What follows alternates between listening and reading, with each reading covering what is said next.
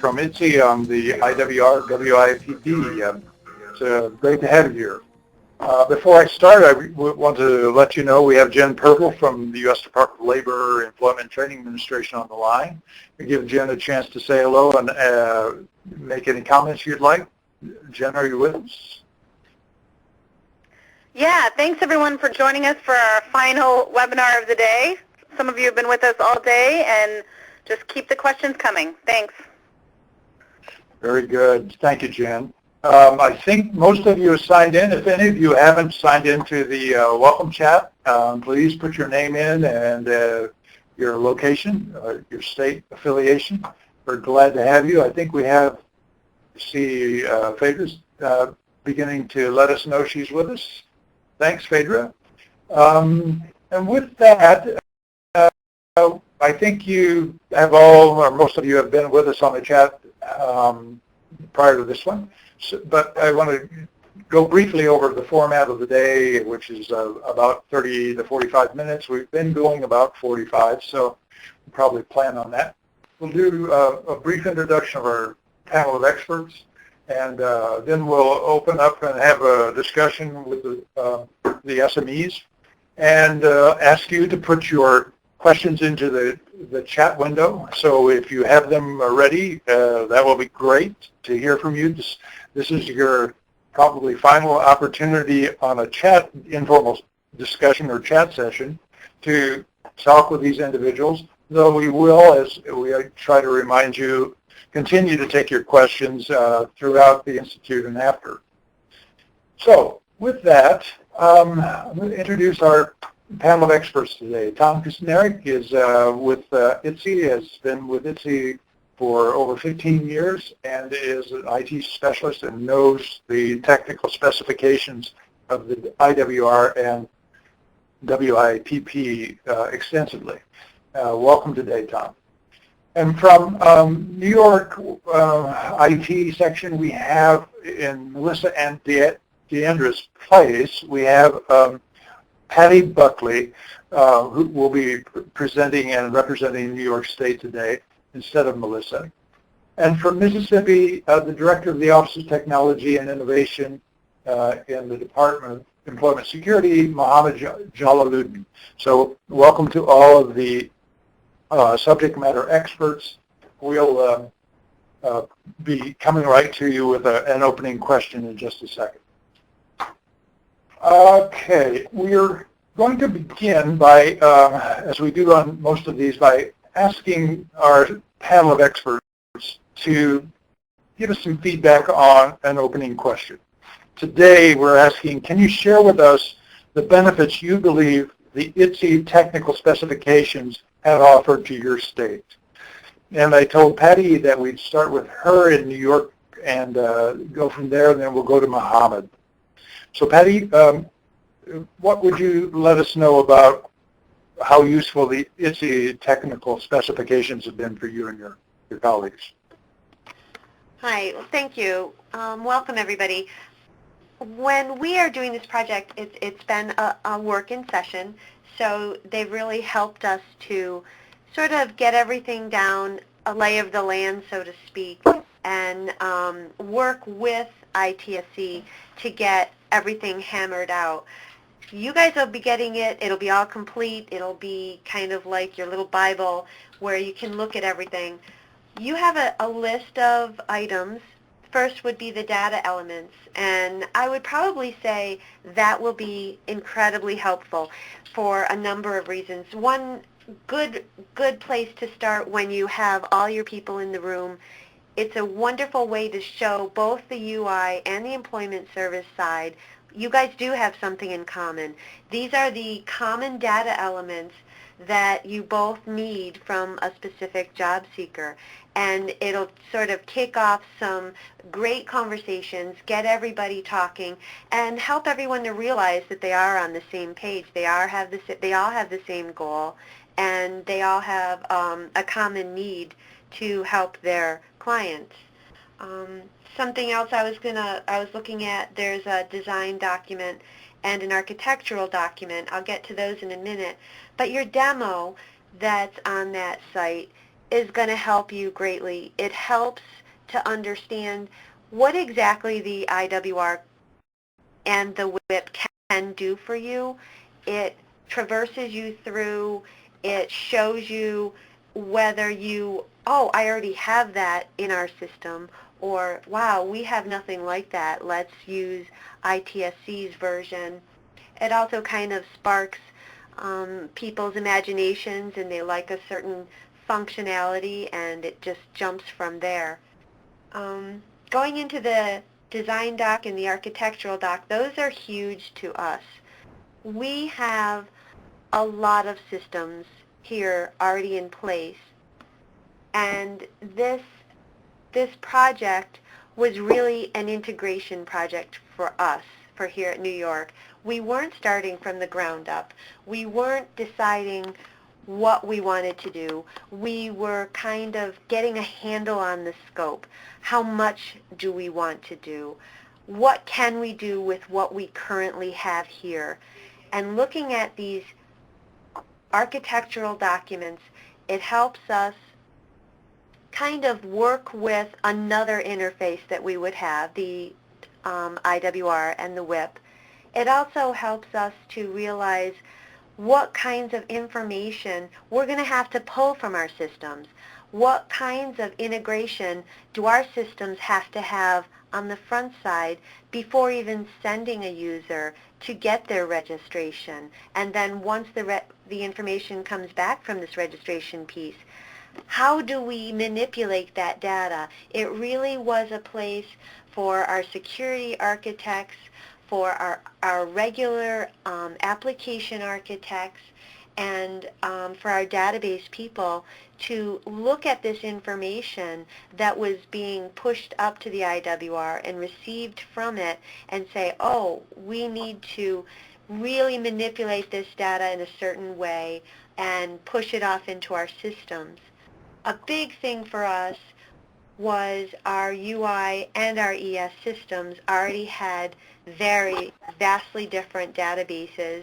So we would take the same field and the data would be completely different, and how to push that data, what exact data were we going to collect, and these documents are going to help you do that. I would suggest that you show these, pass them around, show them to pretty much everybody. It's a good place to start with your business SMEs, but then once you start getting technical, it's a great place for jumping off, but you are going to probably need some more conversations. We needed specific conversations with ITSC about our systems. How's this going to work? We have a certain situation, and how do you suggest we deal with it? So ITSC was great help in a lot of that, trying to get our systems to a place where we could add one more integration piece, which was, so much fun. But good luck. I'm just going to pass this off to Mohammed. Thanks so much, Patty. Mohammed, can you talk about how the specs were important in Mississippi? Yes. Thanks, Patty. I mean, you summarized very well. To add to what Patty is saying, to us, the technical specifications is like a roadmap. How do you take on IWR and the WIPP, if you want to do, and integrate into your existing systems. As we had said earlier, the heavy lifting has been done. When we were working on this, we started from scratch. We did have a scope and we had a vision, how this would work and fit in. And we have grown this and worked very hard in creating this, with ITSC, New York, and GCOM. And so now we have these specifications. It's up to the state, how it fits into that existing environment. What are the interfaces? What are the data elements, that are being captured? Again, the IWR is so flexible that you can add any number of state-specific questions that you don't see already. And you can also remove some of them that may not apply to you. One important thing to remember here is it has inbuilt a security process in it. where it helps you to see how the interface with LDAP, interface with your OpenAM or single sign-on technology would work, and what you need to do to, again, integrate into your either your modernized or legacy systems. So it's very, very helpful. You don't have to start from scratch. The technical, the know-how basically is in there. You don't have to reinvent the wheel. You use these technical specs. You try to fit it in your existing environment. Again, if you talk to your IT department, they can easily figure out, where and how this will fit in. Again, this is going to help you make the decision as to whether you're going to do a cloud hosting versus in-house hosting. It will tell you what are the requirements. Again, it's developed based on open standards and open source technology, so it's nothing proprietary about it. So you don't have to go and buy a new license for something in order to put it in your environment. At the same time, you don't have to worry if you don't have the resources to maintain and manage this, because with the cloud option that ITSC is working on, will let you integrate and have this, outsourced and someone else manage it at the same time, you're using it in your environment. So it's very important to understand the integration between IWR and your system. At the same time, the WIPP is another piece where Mississippi, here we chose not to use the WIPP developed by ITSC and GCOM. We had our own in-house. That's simply because we already had a modernized system, and we did not need another moving part.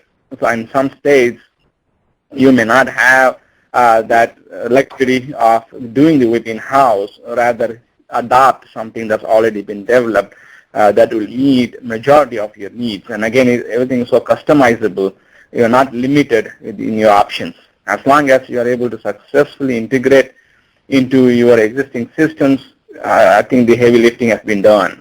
So that's all I have. Okay, thank you, Mohammed. I appreciate that very much. As you listen to these subject matter experts implementing states, please feel free to post any questions that their conversation and their discussion stimulate into the chat box so that we can get a specific answer to anything you have standing.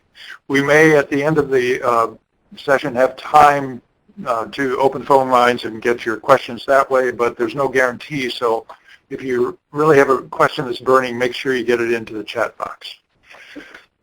Tom, would you want to add anything to, in terms of the value that ITSC specs offer to states before I move on to other questions? Sure.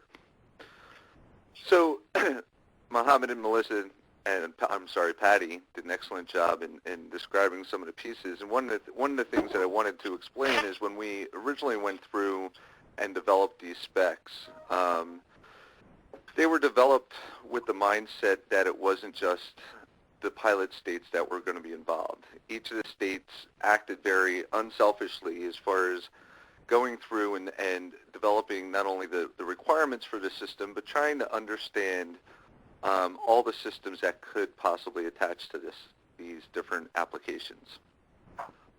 New York was basically a legacy system with some other systems that are on the I guess, ancillary systems that attach to the legacy system.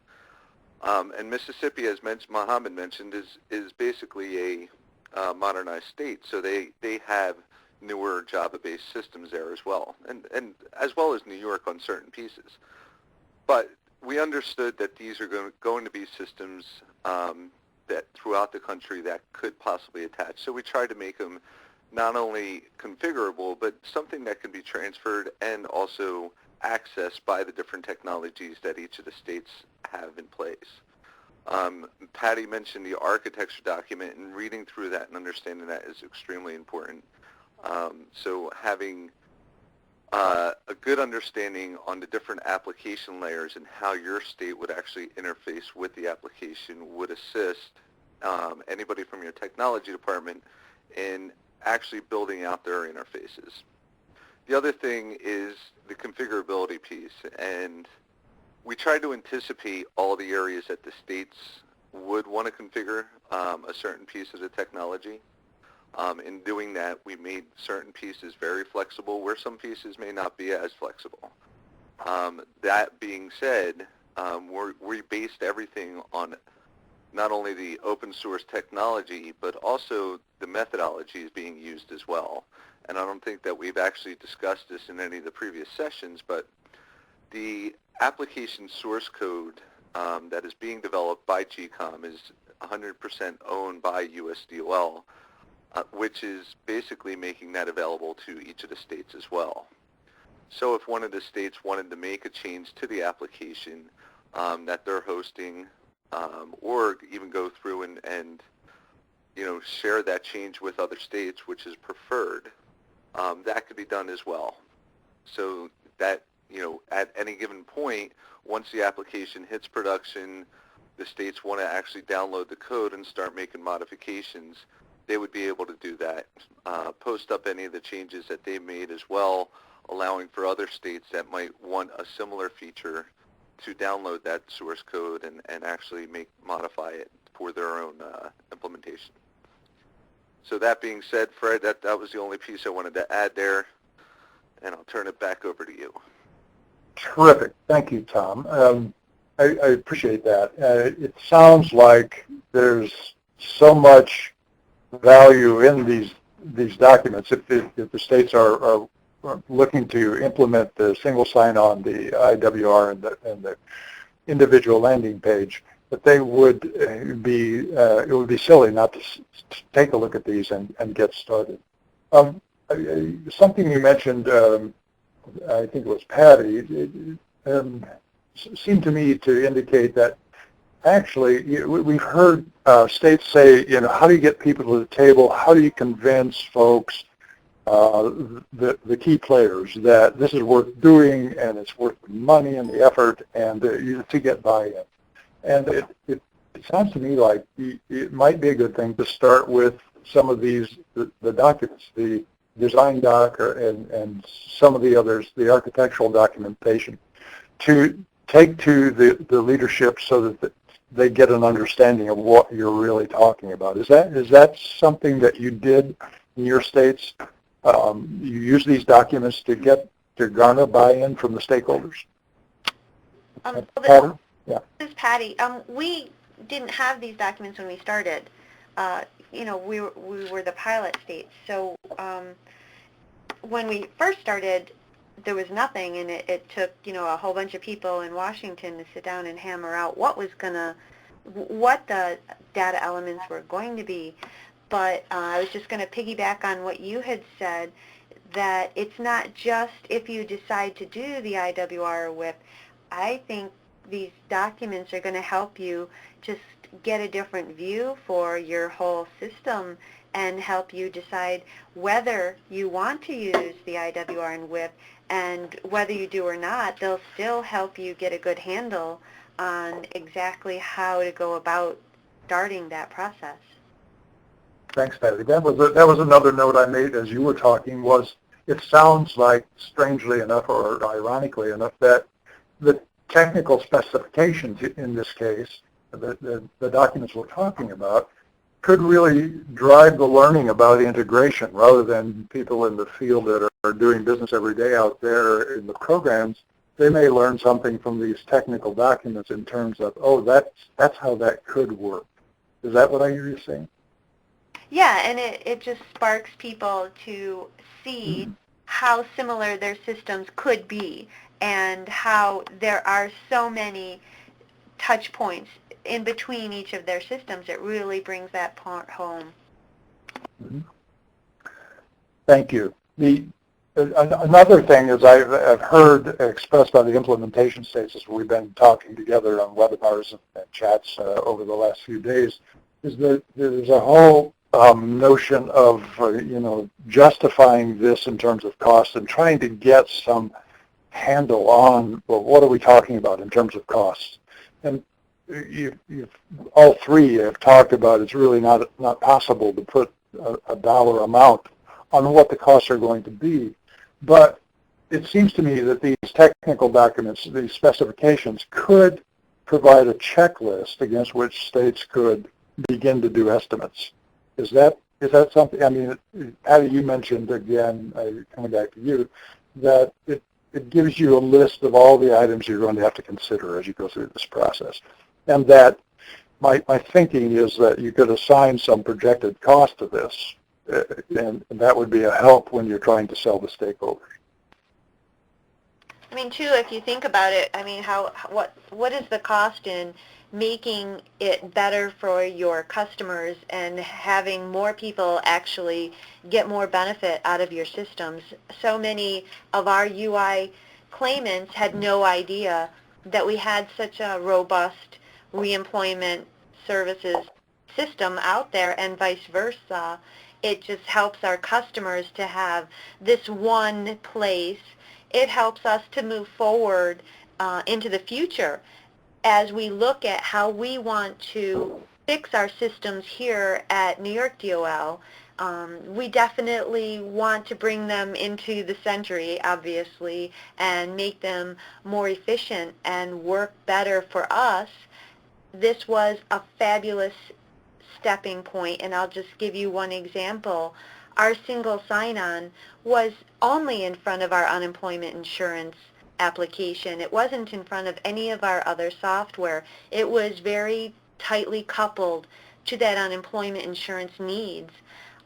With this project, it made people reevaluate and realize that single sign-on needs to be a true single sign-on. It needs to be decoupled from UI, and it needs to be available to a lot more of our systems, and we've done that. But it kind of took that kick in the butt with this project to get that ball started. Very good. Yeah, we've heard terms from the states already as this process is like a spur to drive the horse faster and get it moving. So yeah, I take your point. I would ask, Mohammed, and maybe come back to you, Tom, about, we talked about systems and making it more than UI, and I know states are working the UI employment service, for job seekers. Have any of the states really taken on the WIA and some of the other programs, VETS programs or the trade program, to try to get that incorporated into the single sign-on integrated workforce registration system? Mohammed, I'd start with you. Yes, that's right. I think, again, in Mississippi, when we did our modernization on our employment side, we already had a sort of a co-registration between WIA, Wagner Pfizer, and we added the trade later. Last year, sometime early this year, we added trade. So we already had a single system, that covers most of the employment service aspects, and then we have the UI system. The only piece that was missing on our side was a front end that would connect these two. And as a start, that was the single sign-on, and then the IWR is, in addition, is going to serve that purpose to bring these two together. The main thing to figure out is how are you going to transition from system to system. Even though these are all different parts or different systems, they are so integrated and they work in unison, so to speak, as like a one system. So it's very important to keep that in mind and make sure your existing systems are compatible. If they're not compatible, what will it take for you to make them compatible? So if you think about the job applicant, job seeker experience, how is he going to sign up to do self-service business? Again, IWR offers you a claimant sign up, applicant sign up, so he can establish a user ID and a password using IWR. If you have your own, you have the choice. You can continue to use your own, or you can use IWR, one or the other. Again, you have to make the decision, what you want to stick with, and what are the features that IWR offers that you may like or you may not like. So that's the starting point. Again, single sign-on is very, very critical. Without single sign-on, you really cannot make these systems talk to each other from a customer perspective. So if I'm a job applicant, I walk in the door, literally speaking, and sign up, and I do go through the IWR, you want the system to transition from IWR to your actual system to complete the registration. Similarly, you want them to transition from that full US registration to UI application completion. So unless your systems are capable of taking the customer through from start to finish, then you really have not accomplished that much, because you can't give the customer part of the registration and tell them to, hey, call us or come by our office to complete the rest. You can. I mean, it depends on your state systems. The ultimate objective is for the customer to sit from his home and complete everything, start to finish, all automated, except for certain services like training and like coaching and other services where he has to come in person. You need to have your systems in shape where you could do these things. I mean, that's the eventual goal. So the states have to evaluate where they are today, whether they have modernized system or legacy system, what are the capabilities of their existing systems. That's very, very critical to understand. IWR and the WIPP speed up your development process, no doubt, because they are already built. You just need to build your hooks into it. So the tools are there, the technology is available.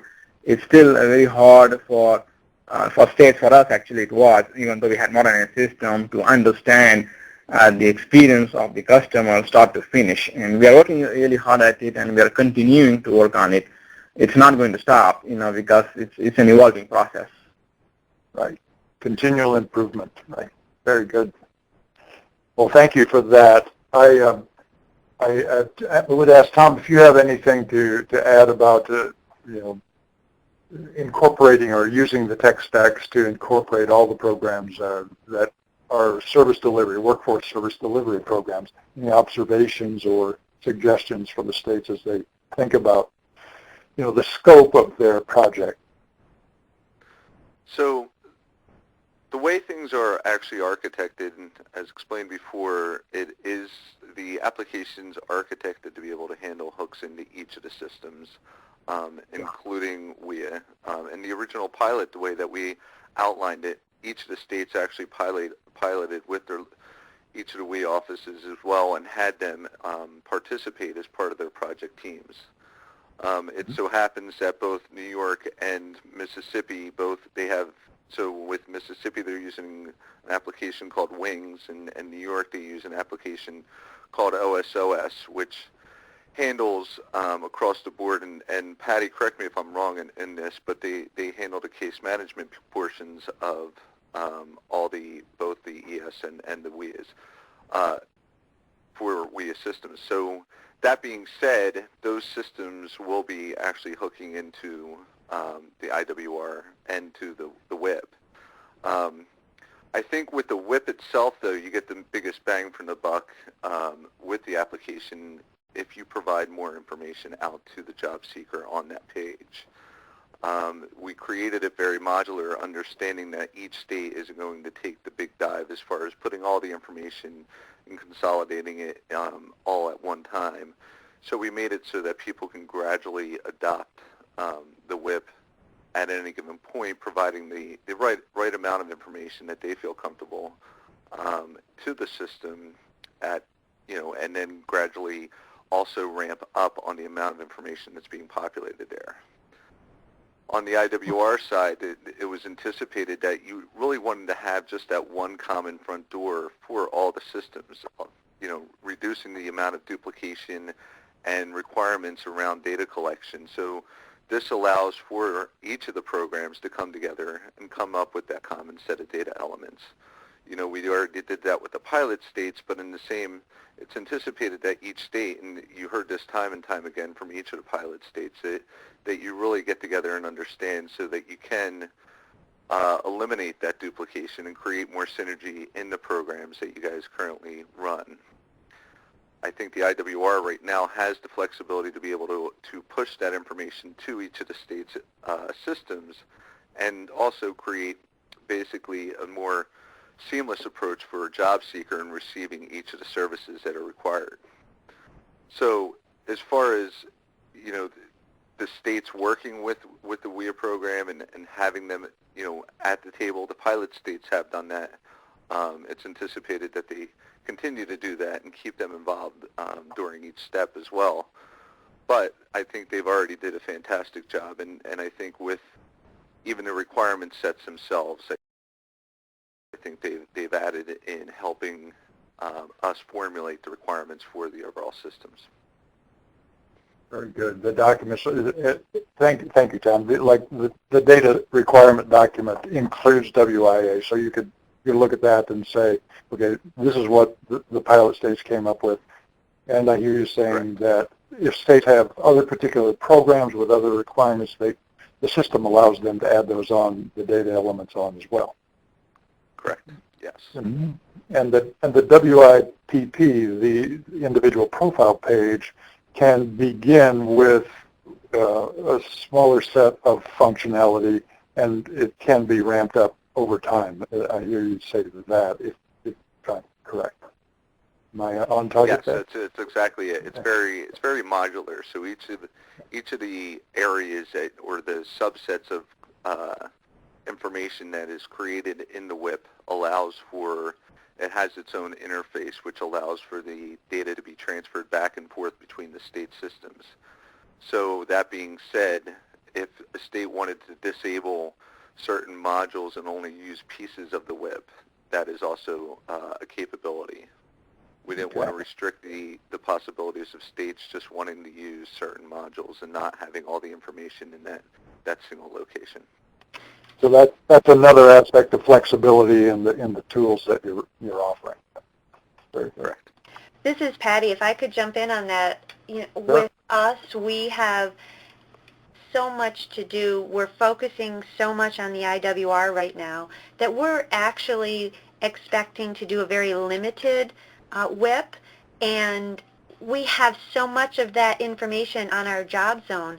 What we eventually want to do, and we have a fabulous plan, which I love, but as Melissa said before, sometimes it got a little too big, but we have a fabulous plan to actually customize and personalize that information, so the WIPP is going to become more than just that information.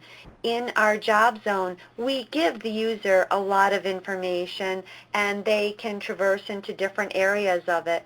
But our WIPP, we want to manipulate that data and show them specifically for them what can happen. We're just not ready. We're just not there at this time. Mm-hmm. So we're pushing the IWR. The WIPP is going to be very limited. It'll have links on it, and it'll have just a little bit of information. And as we move forward, we're planning on adding it somewhere that we can focus our attention and just keep adding to it, hopefully. So in that instance, that's a perfect example that whether you expect to use the entire WIPP or not, you can use it as a starting point. Very good. Thank you, Patty, for that perspective. And I guess Mississippi, taking it a step further, already has the red, yellow, green, the really cool kind of thing that is individualized for the job seeker on the individual profile page. It says, you're a yellow here, you're a long way, but you could possibly reach this career goal or something. So there are degrees of development that can be added as you go through, and the tech specs will help in that. Add to that, again, these things did not happen overnight. That's very important to notice here, that we have been talking about this for almost 2 years. It takes a lot of time to comprehend and understand, what is this national vision and how do we make this a reality. So we have been working really hard for 2 years, and finally we are going to release it this week. We are going live on Thursday with our new piece. Of course, it won't be integrated with IWR yet. We will have that done by February, but this is our next step. So all of this takes time, and you have to take baby steps and do have success after success, and surely you'll get there. Very good. So it's a matter of increments, modules, adding step to step, having a vision somewhere out at the end of what it's all going to look like someday, and then adjusting that as technology and your limitations are removed, and you can add other pieces. Thank you for that, Mohammed. The other element that I've heard as we've had discussions about these tools is, something you were just talking about. Don't expect it to happen overnight, and that almost inevitably, from what I understand, you plan something, you say, here's the schedule, and it rarely comes out on time, and that there's delays that you can't foresee and so forth. So I would ask this, maybe Patty and maybe Tom, you could jump in after Patty comments. To what extent are these tools useful in terms of having that checklist and helping a state stay on schedule?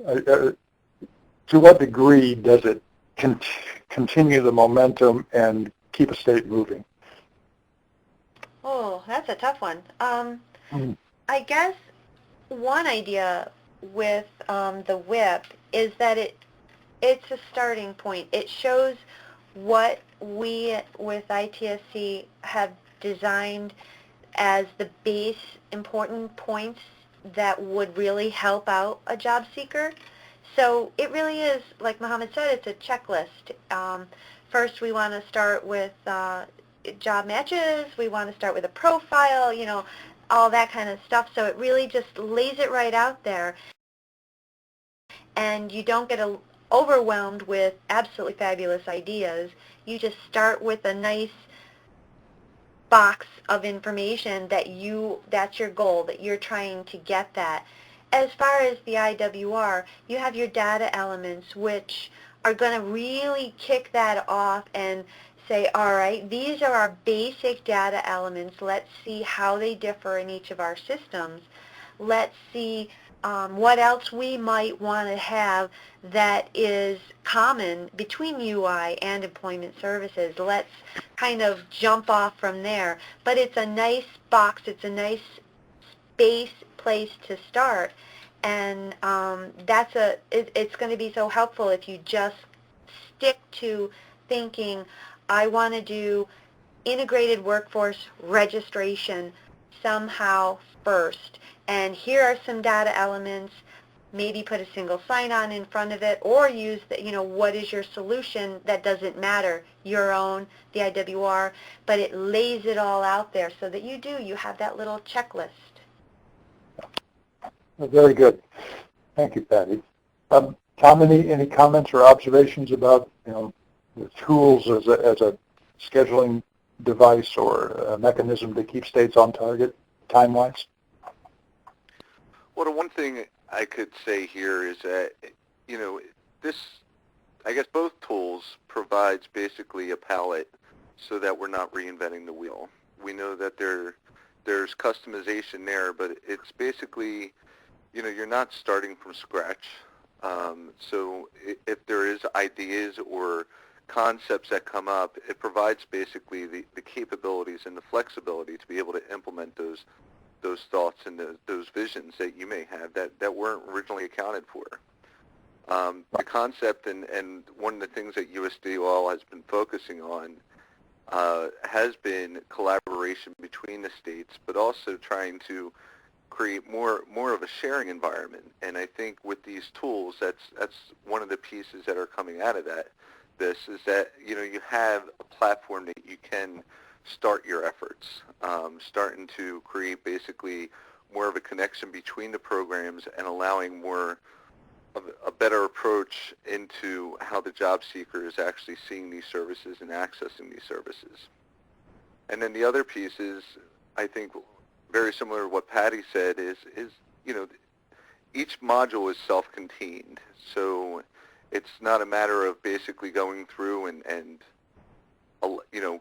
biting off bigger chunks than you can handle at the given time, but understanding that even though the vision may be in place, taking iteration by iteration and moving in that direction would allow for people to one, start to buy into the project a little more, but two, really see the capabilities that are out there. So between the two things, overall, I think that helps it keep the project contained as far as scope, but also give the flexibility to still innovate within each of the states.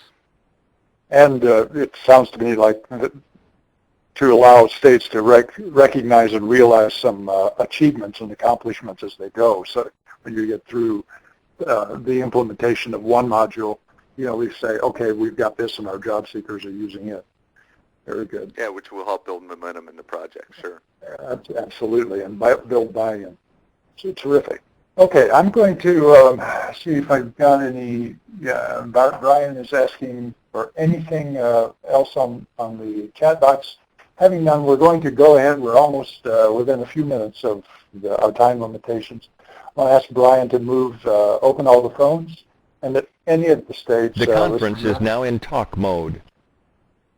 If any of the states have questions, you're free to direct them to me or to any of the subject matter experts at this point.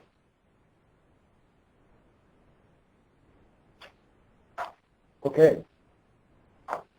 Well, as always, we are still going to be here when we hang up at the end of this chat session. And you can direct a question to the mayor group, and we'll get it to an SME and try and get your response back, or to Jen at ETA, who's also there to help. We will have a couple of questions for comments and feedback on the session today. So if you would take a minute, it's helpful for us to have your feedback about how the session went. Jen, I'm about ready to wrap this up. I would ask if you have anything you'd like to add. Thank you for putting in the link to the technical specification papers that are on the website. Appreciate that. Anything you'd like to say? I'd just like the new states to take a look at those documents that are on the site, because the pilot states worked really hard on creating those documents, and they thought through some really tough questions that might help you move your discussions forward. So take a look at those before you start those discussions kind of on your own, so that you don't have to recreate anything. Thanks, Jen. Valuable resource. Take a look at it before you go. Very good.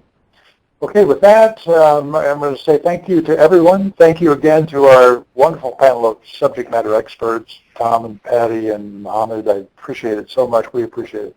And thank you all implementing states for joining us today and sitting in.